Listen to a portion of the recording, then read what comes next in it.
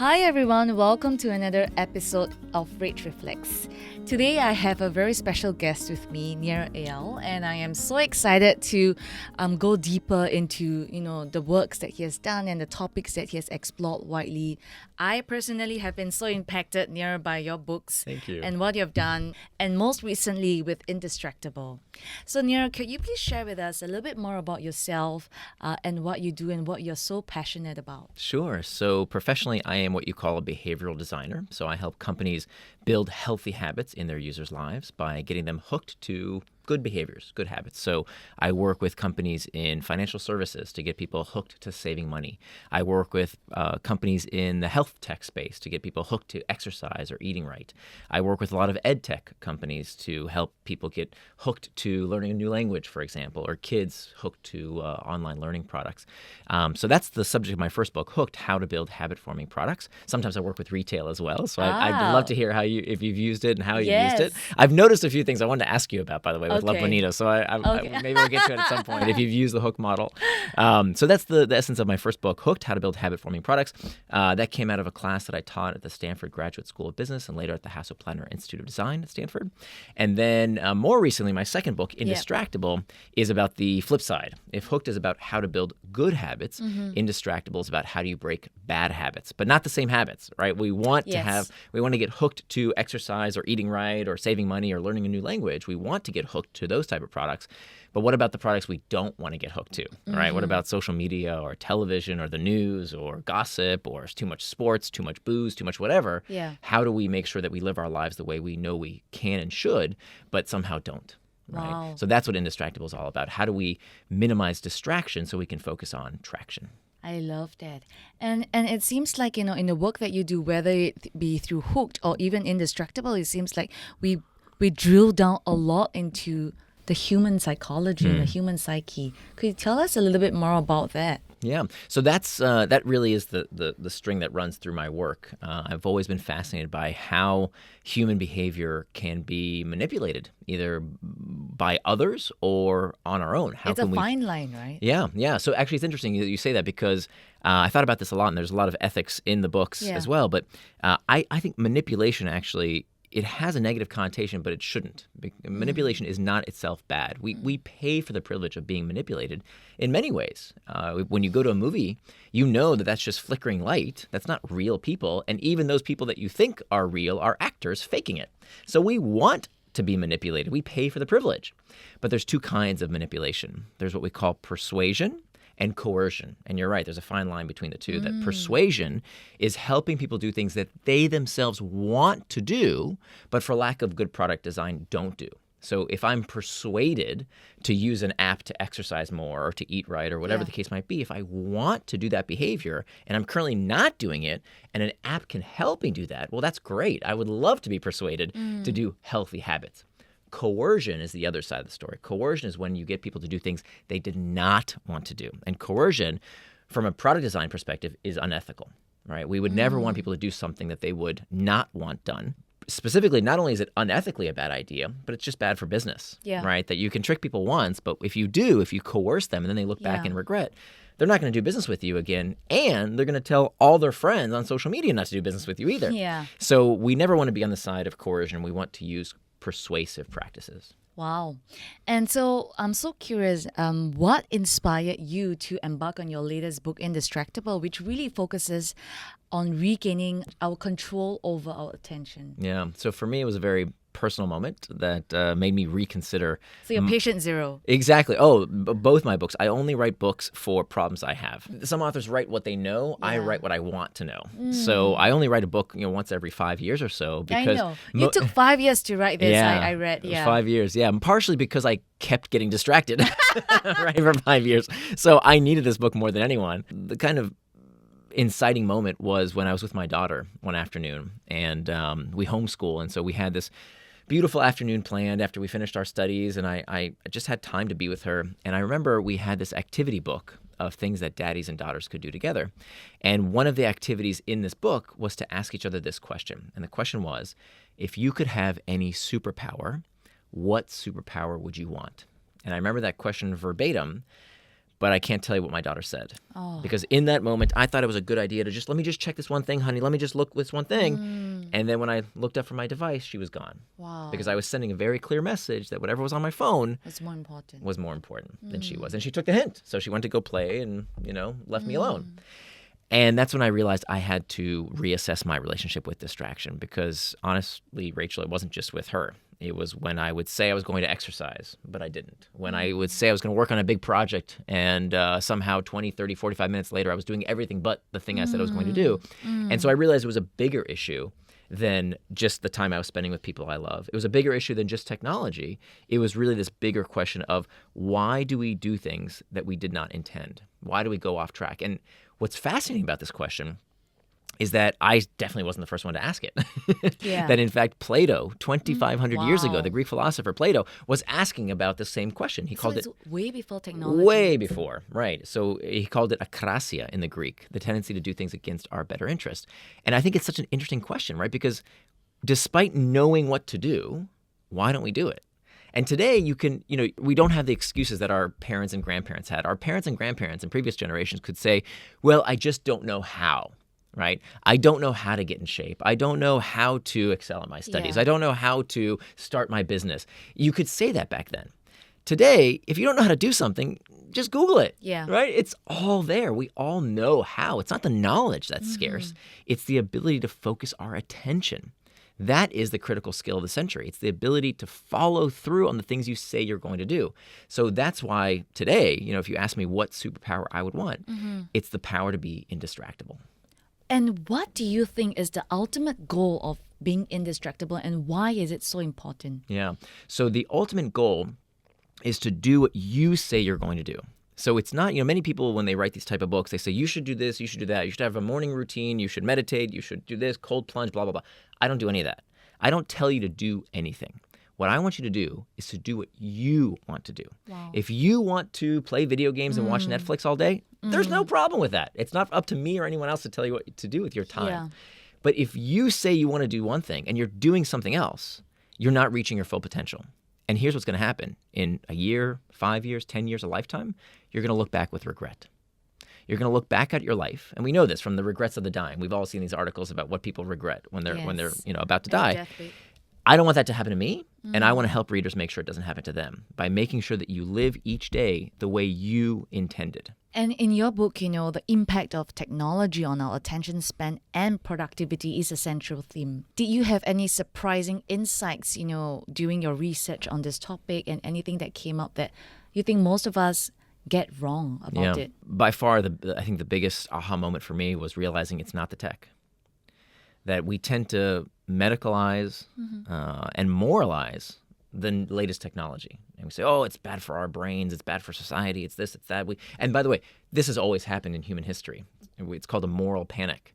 It happened with television, it happened with radio, it happened with the written word. Socrates talked about this terrible new technology that all the kids were using called writing things down. That he believed that would enfeeble men's minds. Wow. That we had to, everything, knowledge should be memorized, right? So every new technology has its pros and cons, right? When you invent the ship, you invent the shipwreck, as Paul Virilio said. So what I want folks to know is that we can live in a tech-positive world. We can use these tools in a way that benefits us, in a way that serves us, as opposed to us serving it. And I think one of the statistics that really blew my mind was this study that found that 90% of the distractions does not begin outside of us. So only 10% of our distractions are what we tend to blame. The pings, the dings, the rings, we call these external triggers. Yeah. That only accounts for 10% of our distractions. The other 90% of the time that we get distracted, it's because of what's called an internal trigger. So it's not what's happening outside of us, it's what's happening inside our own heads 90% of the time. Yeah. And so even though we tend to blame, oh, it's our phone, it's our boss, it's our kids, it's this, it's that, it's that, turns out 90% of the time, it occurs from within. So an internal trigger, what is an internal trigger? This is a super important point. Yeah. It's an uncomfortable emotional state that we seek to escape. Boredom, loneliness, stress, fatigue, anxiety, uncertainty. These uncomfortable sensations account for 90% of our distractions. And so when we can master those internal triggers, that's what we have to do, or else those internal triggers will master us. So what you're trying to say is that, for example, in the times where I get distracted or I procrastinate on a certain task, it is because internally I am trying to escape from discomfort. That's right. That's right. Wow, so And it's a deeper meaning than just... bigger than that. It's not just Wow. when you get distracted. Turns out, we all learn about motivation, that motivation is about carrots and sticks, Yes. right? Singapore, we tend to be more heavy on the sticks, right? The punishments. Yes. And it turns out that actually neurologically, this is not true. That the way the brain gets us to do anything and everything is not about the pursuit of pleasure and the avoidance of pain. It's only about the discomfort. Wow. That everything you do is about the desire to escape discomfort. Even the pursuit of pleasurable sensations, even wanting to feel good, this desire, craving, hunger, lusting, is itself psychologically destabilizing. Did you see The Matrix? Remember this movie, The Yes. Matrix? You know when Neo walks into the room and there's the boy with the spoon and then the spoon begins to bend Yes. and he realizes there is no spoon, it's an Yes. illusion? So I'm going to have another moment like that for you. That in fact, the carrot is the stick. The carrot is the stick, meaning the desire to feel good is itself uncomfortable. So even though we think we are pursuing something for the state of feeling better, feeling good, what we're really doing, what really is motivating us to do anything and everything, is the desire to escape discomfort. But once you realize that fact, that everything boils down to dealing with discomfort, you realize that time management is pain management, that weight management is pain management, that money management is pain management. Because everything we do is about the desire to escape discomfort. So this isn't new, by the way. This is a Buddhist philosophy. It's been around for thousands of years. It's what the Stoics told us. This is not new. But we don't seem to apply it to our modern lives. That somehow we have We this... don't even seem to see the link. Exactly. We look for what we think is the goal. We think the goal is to be happy. No. The body has not designed itself over millions of years of evolution for happiness. Happiness is meant to be a very fleeting sensation to get you into the desire of wanting to be happy again. And it's that desire that feels uncomfortable that makes us pursue more. So I think what's happening today when you look at most self-help books is they're all about here's how to be happy, right? How many books have happiness in the 4 title? steps. Right, exactly. Yeah. But if you think about it, that is not what evolution designed. So instead of trying to escape discomfort, what we should do is learn to deal with discomfort in a healthy way, in an adaptive way that pushes us towards traction rather than what most people do, what I certainly used to do, which is to try and escape it with distraction. Wow. So what we find in every field, people at the top of their game, whether it's in athletics, whether it's in business, the arts, these people feel the same discomfort as the rest of us do. Yeah. They also feel bored and lonely and indecisive and stressed and fatigued, but they use that feeling as rocket fuel to push them forward as opposed to what most people do, especially when it's so easy to do today with our phones or with television or with whatever. Most of us, what we do is we escape that sensation. And that escape of that uncomfortable sensation leads us towards distraction, right? I'm feeling bored. Let me watch something on TV. I'm feeling lonely. Let me try and connect with somebody on social media. I'm feeling uncertain. Let me ask Google what to do, right? So dealing with that discomfort is the first and most important step. So is the solution Nir to increase our threshold of and tolerance of pain? That's a big part of it. Yeah, that's absolutely a big part of it. So there's many things we can do around what we call these internal triggers. What we don't necessarily all need to go to therapy. Not that there's anything wrong with that, but that's not what I prescribe per se. Yeah. What I give is these over 12 different things that you can do just for these internal triggers. So that what you need is a script, because we all currently have a script. What we do when we feel discomfort. That script will either lead us towards traction or distraction. And so what we need to do is to rewrite that script so that when we feel that discomfort, we don't automatically go into the habit of trying to escape that pain, but rather have a habit, have a script that we follow that leads us towards what we ultimately do want to do. Wow. And I believe, Nir, that, you definitely are more mature and evolved in a sense of like being indistractable than most of us. So can you walk us through, so what happens when you find yourself being distracted from a task or an experience. Yeah, so maybe let's back up and talk about what does that word even mean. Yes. All right, so I like to start from first principles. So distraction, if you look at the origin of the word distraction, you'll find that the opposite of distraction is not focus. Many people think the opposite of distraction is focus. It's not true. The opposite of distraction is traction. Of course, traction, distraction, they're opposites. And both words come from the same Latin root, trahare, which means to pull. And you'll also notice that both words end in the same 6 letters, A-C-T-I-O-N, that spells action, reminding us that distraction is not something that happens to us. It is an action that we ourselves take. Wow. So traction, by definition, is any action that pulls you towards what you said you were going to do. Things that move you closer to your values and help you become the kind of person you want to become. Anything you said you were going to do in advance, that is an act of traction. The opposite of traction, distraction, is any action that pulls you further away from what you said you were going to do, further away from your values, further away from becoming the kind of person you want to become. Those are acts of distraction. So why is this so important? It's not just semantics. I would argue that the biggest difference between traction and distraction is intent. As Dorothy Parker said, the time you plan to waste is not wasted time. So as I mentioned earlier, if what you want to do is play video games or be with your kids or go on social media or watch Netflix, that's fine. There's nothing wrong with that. As long as you do it on your schedule and according to your values, not someone else's, certainly not the media companies.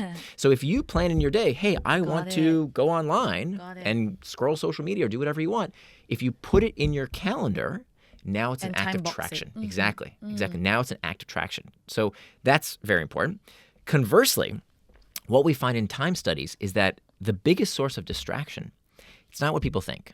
People think distractions come from, your phone or video games or social media or the news. Turns out the biggest source of distraction is the distraction you don't even realize is distracting you. I'll give you a perfect example. Wow. For years, I would sit down at my desk at work. I would sit down and say, okay, now I'm going to focus. I'm not going to get distracted. Nothing's going to get in my way. I've got that big project I have to work on. Here I go. I'm going to get started. But first, let me check some email. Yeah. Right? Let me just scroll that Slack channel real quick. Let me just see what's going on at the company just to get everything up to date. Or let me do some quick to-dos just to get those out of the way so I can feel like I'm being productive. Yes. And what I didn't realize is that is the most dangerous form of distraction because you don't even realize it's happening. We justify it to ourselves saying, well, I got to check email at some point, right? That's a work-related task. It's got to get done, so I'll just do that. But if you're not doing what you said you were going to do with your time in advance, that is itself a distraction. So just because it's a work-related task doesn't mean it's not taking you away from what you said you were going to do, and therefore it becomes a distraction. So that is the most dangerous form, the distraction that you don't even realize is tricking you. Wow. So that by far is the worst form of distraction, right? The worst distraction is the well-done task you didn't need to do.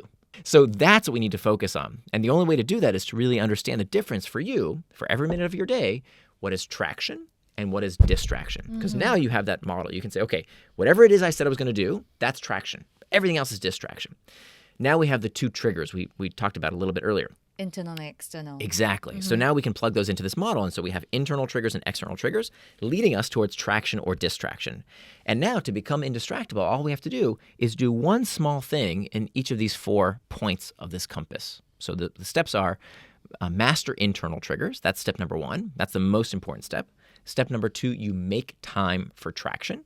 Step number 3, you hack back external triggers. And finally, step number 4, you prevent distraction with pacts.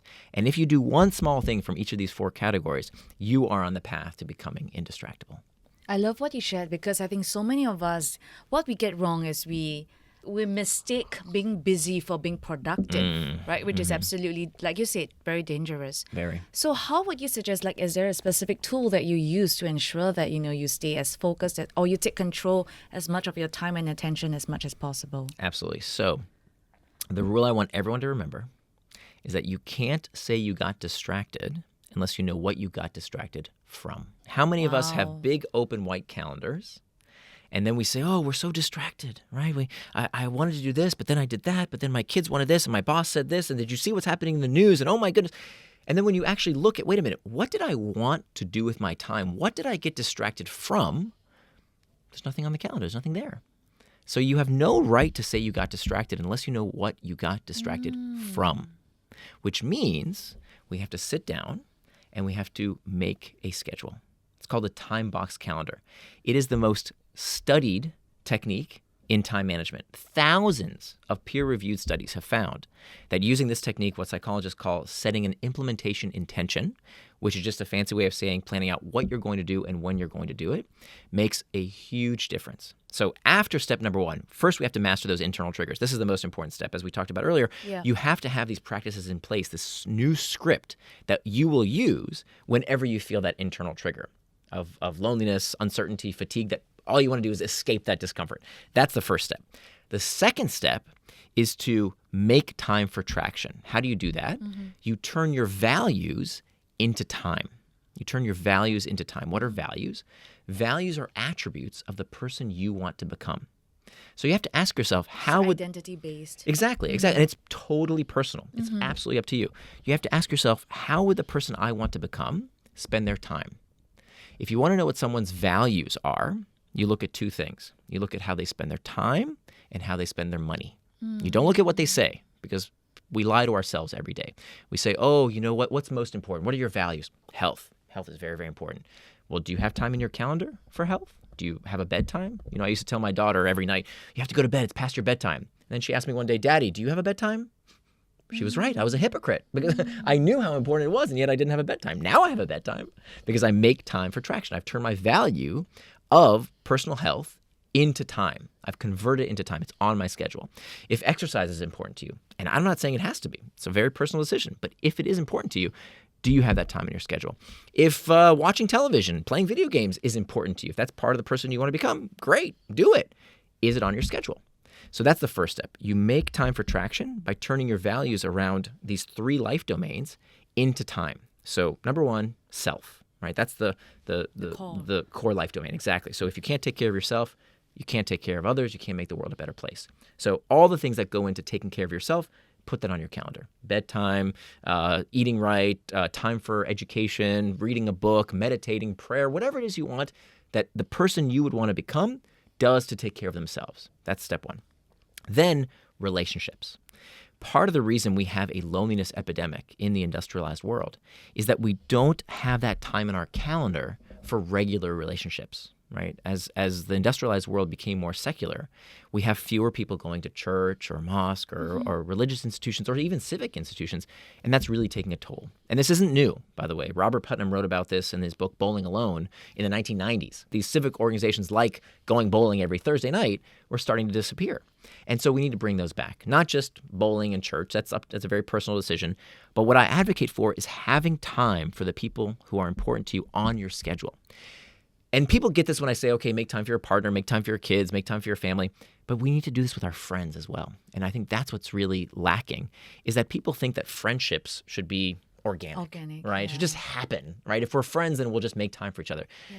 We don't, right? We say, okay, we should get coffee sometime, and then it never happens. So what I started doing after I read this research is I went out to my 3 best friends, and I said, and we started to lose touch, right? Because relationships don't die, they starve to death. They starve to death because we don't invest the time that nourishes those relationships. So I went to my 3 best friends and I said, look, I really value our relationship, but we're thousands of miles apart. In order for us to stay close, let's put time on our calendar now, from now until forever. So Travis, we talk every Tuesday, every second Tuesday of the month at 7 p.m. Jeff, I talk to him on Sunday nights, every 3rd Sunday. It's on the calendar. We know when it's going to happen. It's already there. Yeah. So doing those type of practices nourishes that value of being an available friend, right? That's one of my values. So that's on my schedule. That's the relationship domain.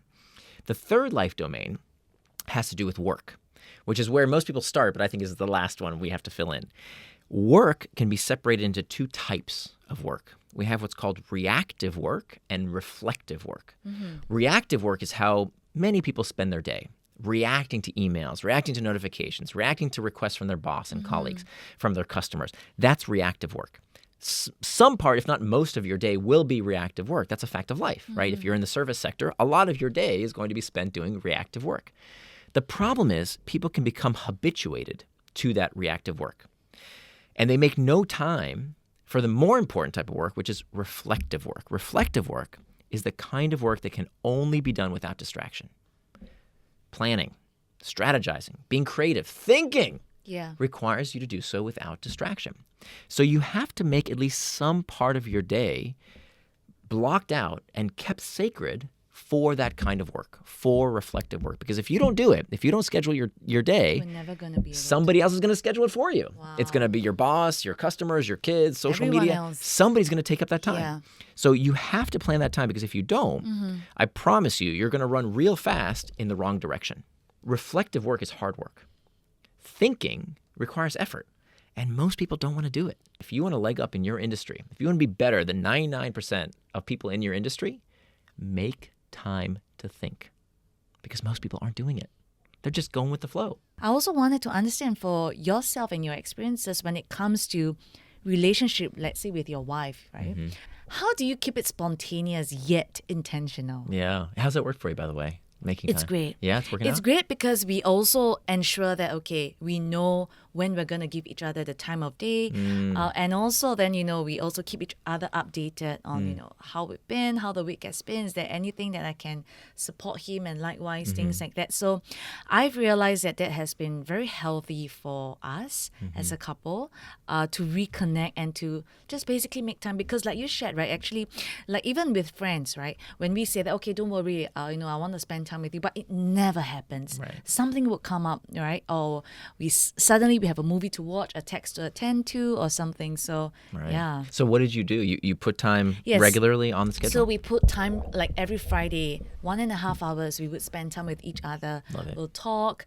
And this is also like beyond date nights, because sometimes date nights can, it's too fluid. It comes, it goes, it happens, it doesn't happen. So I think it's like putting time to just talk and engage and reconnect. Yeah, totally. So I'm so glad it's worked out for you. You're a quicker learner than I am because I had to learn the hard way. So my wife and I, we've been married now for 21 years. Yeah. Wow. And I remember a few years ago, before I wrote Indistractable, we had this reoccurring argument around how I wasn't doing enough around the house. And one of my values, we talked about values earlier, one of my values is to be in an equitable marriage, right? I want to pull my weight. And it will shock no one to hear that even in the year 2023, women take on a disproportionate share of household responsibilities. Even if they are the primary breadwinner, they still take on... mental load. Yeah, right. These administrative tasks tend to fall more on women than men. Just statistical fact. And but I thought, no, that won't happen in my marriage. I'm very open-minded, and of course I want to pull my weight. And my wife kept complaining that, look, Nir, why aren't you doing these things, right? Like our daughter needs to be fed, and the garbage needs to be taken out, and why aren't you doing these things? And I said, honey, if you need me to do something, just ask. And what I didn't realize is that I was assigning her yet another job. Now she had to be my camp counselor. Now she had to be my boss telling me what to do. Yeah. And so that was very unfair. And the reason we sat down and did something about this was through this research that I learned about timeboxing. And one of the benefits of timeboxing is because you have that physical artifact, because you have a schedule you can show another person, we could sit down. We do this every week. Every week, Sunday nights, there's time in our calendar to do this. We sit down and we review our week ahead. Wow. And now what we do is we have clarity over what needs to get done. Okay, we're going to have date nights here. You're going to be with our daughter then. You need to make sure that the car is here and the trash is whatever. We have all our responsibilities laid out, not just what needs to get done, but when it needs to get done, because there's so many contingencies. If I don't put away the dishes, my daughter can't set the table. Yeah. So I need to make sure in advance what's done when. And this sounds like a lot of work. It sounds, but who has time for that? It takes us literally 10 minutes. It takes never more than 10 minutes a week to sit down with our schedule. My wife brings out her schedule. I bring out my schedule. We look at that week ahead. We never have this fight anymore because now I know what responsibilities I am assigned to do, and she doesn't have to worry about them. And I have perfect clarity around what needs to get done ahead of time because we list out everything that needs to get done. I take this, she takes that, and then we review it for the week ahead to make sure that things are going to go. So you already align expectations. Exactly. From the get-go. Exactly. So she knows I'm handling what I've been assigned, when I'm going to do them, and she knows when she's going to do what she's assigned. And we don't have this argument anymore. There's no opacity around what needs to get done. By the way, you can also do this in the workplace. This is called schedule syncing, and it's an incredibly effective practice. Here's how it works in the professional environment. What you do is when you have a time box calendar, you sit down with your boss. You say, hey, boss, can I have 15 minutes on Monday morning? And you show them your calendar for the week ahead. Now, you don't have to show them, your entire calendar, but just for your work day. And you show them, hey, here's my calendar for the week ahead. Okay, you see, here's my time for email. Here's my time for these meetings you asked me to attend. Here's my time for when I'm going to work on that big project. Now, you see this other piece of paper? I wrote down here all the things you've asked me to do that I'm having trouble finding time for in the week ahead. And now you ask your manager to do their most important job. What is a manager's most important job? Prioritize. You're asking them, what is more important? Can please help me prioritize? You're not saying the typical productivity advice, the most common piece of awful productivity advice we've all heard a million times. If you want to be more productive, learn how to say no. What kind of stupid advice is that? That's the kind of advice that only a tenured professor would tell somebody, right? Someone who can't get fired. Because let me tell you, if you tell your boss no, you're going to be on the street, right? Yeah, They're going to fire you. That's Yeah. stupid advice. Yeah. You can't tell your boss no. What you can say is, can you help me prioritize? And what will invariably happen is your boss will, they'll look at that and they say, you know what, that task is actually way more important than that meeting. You don't need to attend that meeting. Can you work on that at that time as well? Instead, I should say. Of course, much better. So that's called managing your manager or managing up. It's a life-changing practice. And then you had another question I wanted to get to. Around how do you maintain that spontaneity? Yes. So back to personal life. We keep going back and forth between work and profession and personal life. That's good. So what we do with my wife, and I do this with my daughter as well, is that we have time for what's called planned spontaneity. It sounds like an oxymoron, but planned spontaneity is when we have time on our calendar booked, but we don't know what we're going to do. Now, why is that useful? For example, with my daughter, I have time with my daughter. Every week, we have time booked in our calendar on Sunday afternoon. And I know that time is reserved for her. Now, I don't know what we're going to do. Yeah. We might go to the park. We might go get ice cream. We might go to the museum. I don't know what we're going to do. But I know what I will not be doing. I will not be on social media. I will not be checking work email. I will not be scheduling a business call because that time has been reserved for someone I love very much. And I do the same with my wife on date nights. I don't know what we're going to do on date nights. Maybe we'll go for a walk. Maybe we'll go to a restaurant. Maybe we'll go to a show. We're not sure. But that time is held. It's set aside. So you can have what's called planned spontaneity in your calendar, which is totally fine. But the power of time boxing is that you're deciding what you will not be doing, and that is as important as what you will be doing. And Nir, I'm so curious, do you then also time box time for to surf social media? Yeah. And how do you do it? Like you said, the time and the alarm rings and... Yeah, absolutely. So that is, I think, a really important practice because, many of us, this advice of, just stop using your phone, stop using social media, you'll stop getting, it's silly. Number one, I tried this, right?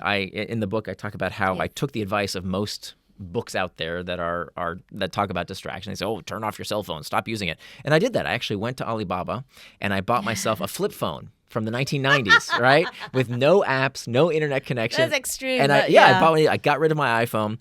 And then I bought on eBay, a word processor. And this word processor, all you can do is type on it. No internet connection, no screen. It had like a tiny little LCD screen that just shows you what you're typing on.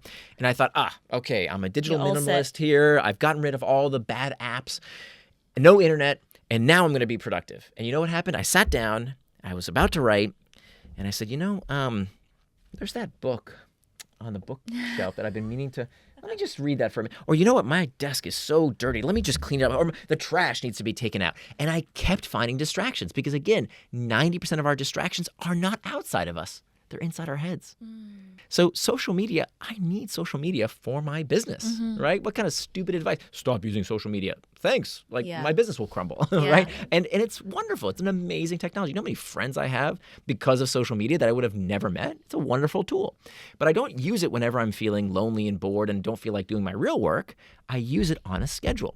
So I have time in my schedule to go on social media in the evenings. I have an hour of social media time, and this does two things. One, it prevents me from using it as a distraction. So I'm not using it throughout the day, right? When it would take me away from my most important work, like writing or being with my family, whatever it is, it doesn't take me away from that.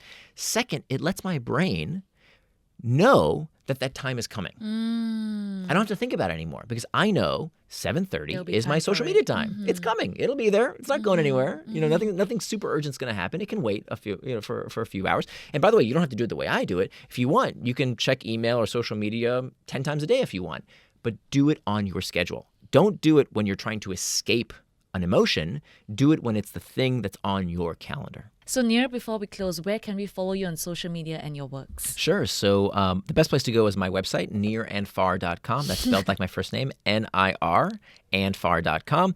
And if you're interested in more information on Indistractable, if you go to Indistractable.com, that's spelled I-N, the word distract, A-B-L-E, Indistractable.com. There's an 80-page workbook that we actually couldn't fit into the final edition of the book, and that's completely free. It's complimentary. You can get that at Indistractable.com. Awesome. Thank you so much. Thank you. I hope you enjoyed that episode as much as I did. I know I had so many tangible takeaways that I can't wait to implement in my life. Stay tuned also to part 2, where Nir and I speak more deeply about what it means to raise indistractable kids in today's world. Please share with me in the comments, what are some of your key takeaways and what are you excited to implement in your life. And as always, please subscribe and share this episode with your friends if you've enjoyed it. See ya!